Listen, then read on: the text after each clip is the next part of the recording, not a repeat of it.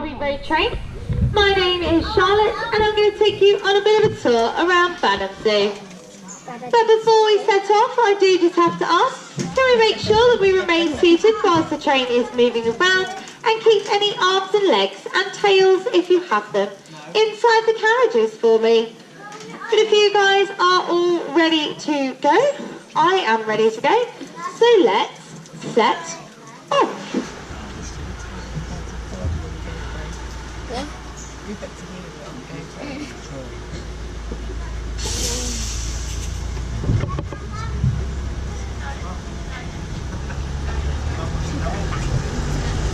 So our first animal will be coming up on the left-hand side.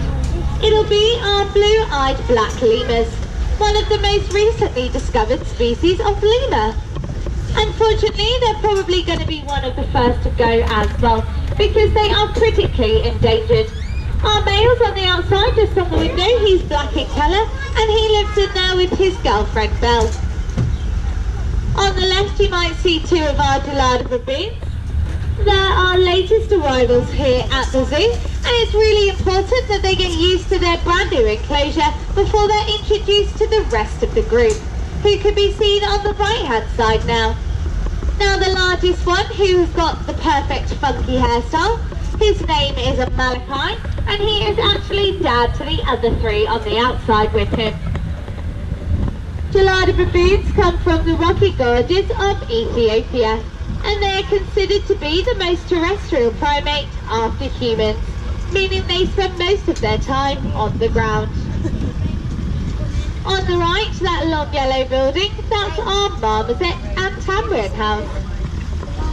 These are small New World monkeys which come from South America. The smallest of them all is the white-bellied pygmy marmoset.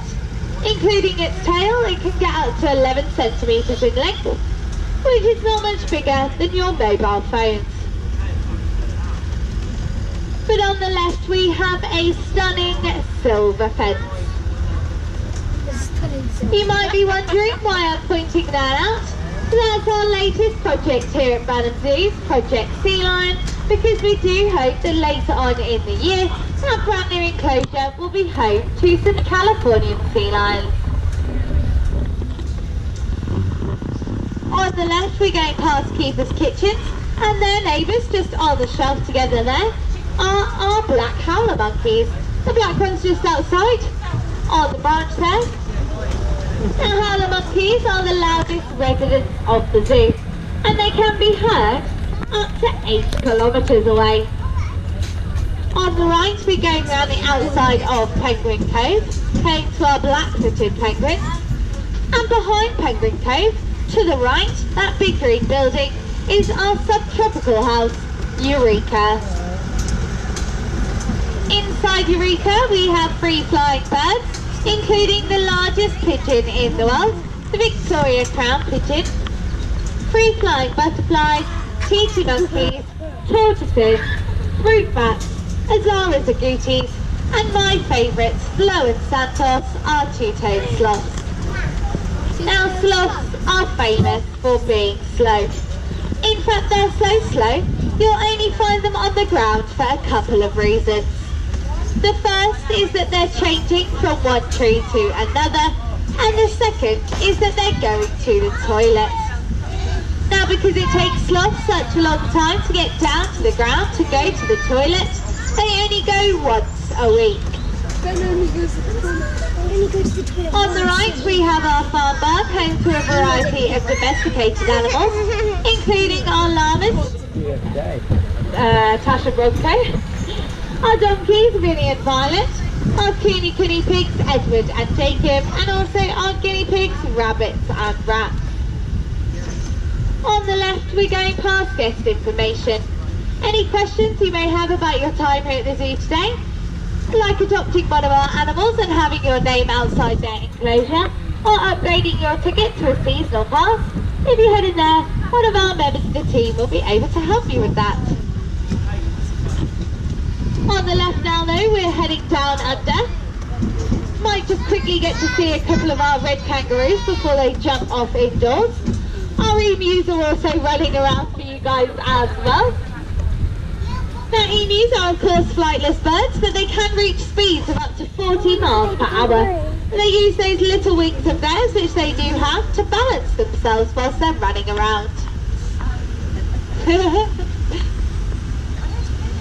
Now the red kangaroos are the largest marsupials and can weigh 80 kilograms in weight and be about 5 foot 7 inches tall, which is taller than Tom Cruise.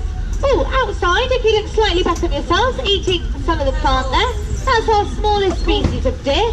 It's known as the Chilean poodoo. Now we are going past our grubby zebra paddock. Grubby zebra are the largest of the 3 species of zebra from Africa, and just like human fingerprints, no zebra stripe pattern is the same. Now scientists are actually trying to develop a barcode reading system to read zebra prints, helping us to tell who is who a bit better and monitor their numbers to help with conservation projects out in the wild.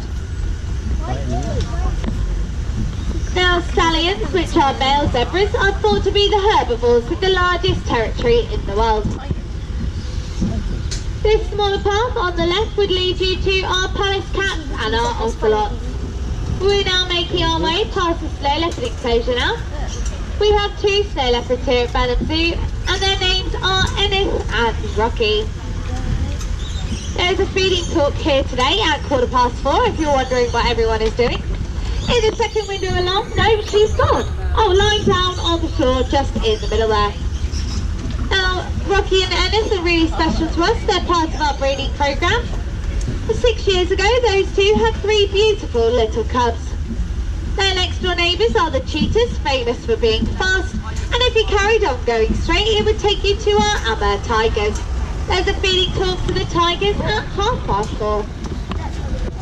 But on the right, it's our Bactrian camels, Scrummy and Lucy Lou. Now they're called Bactrian camels because they have 2 humps. Ones with only 1 hump are known as dromedaries. What do we call a camel with 3 humps? Humphrey! No? We're now about to turn left. Our next enclosure will be on the right. It's our Siamang gibbons, Ricky and William. Ricky is right at the front here, just sitting on that, eating a bit of tomato by the looks of it. And his son is right at the back there, sitting on the floor. Their next door neighbours, who are all mostly on the right hand side, are the black-headed spider monkeys. Now you might see some of them hanging from their tails. These tails can actually support their entire body weight. The tails are also what we call prehensile, meaning they can use it to reach and grab around the canopy much more easily. It's a little bit like having a 5th arm or leg. On the left, it's our red panda enclosure, home to Maggie and Jasper. Now, red pandas are sometimes referred to as lesser pandas. That's because when people think of pandas, they tend to think of the giant black and white panda first. But the red panda was actually discovered 45 years before the giant black and white, so if you ask me, the red panda is the true panda.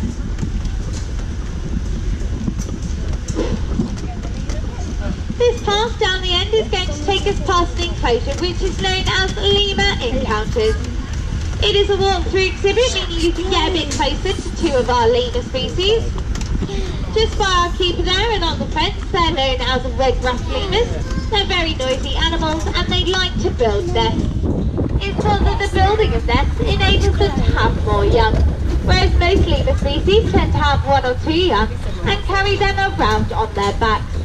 Now you can imagine for a red-ruffed lemur who can have up to 4 youngsters at a time, carrying them around on her back might be a little bit difficult, so if she does need to move them to a different location for any reason, she carries them around in her mouth, a little bit like a cat. The other species which lives in there is the very famous ring-tailed lemurs, made famous because of a children's film called Madagascar. In the film it is King Julian who is in charge, and that works really well for the film, but in the real world it's the girls in charge. The girls determine both the size and the location of the territory, and all the boys have to do is impress the girls during breeding season. Now they don't do this by showing how strong or handsome they are. For the ringtail lemur boys, show the girls how smelly they are. And the smelliest boy gets the pick of all the ladies. Banham Zoo and Africa Alive make up the Zoological Society of East Anglia. I'd like to take this opportunity to say a massive thank you for coming into the zoo today, because not only are you helping us look after all of our animals and build new projects like Project Feline, you're also helping to look after animals out in the wild as well. That's through conservation projects which we support, so thank you. Unfortunately, we are now arriving back at the station. If you could make sure that you remain seated until the train comes to a complete stop. If you have any questions, feel free to come over and ask. If not, like I said, snow leopard feeding talk is at 4:15, and we have tigers at 4:30, followed by prairie marmot feeding at 5:15. Whatever you guys do decide to do today, I do hope that you have a fantastic day. And I'm sorry that the rain has started again.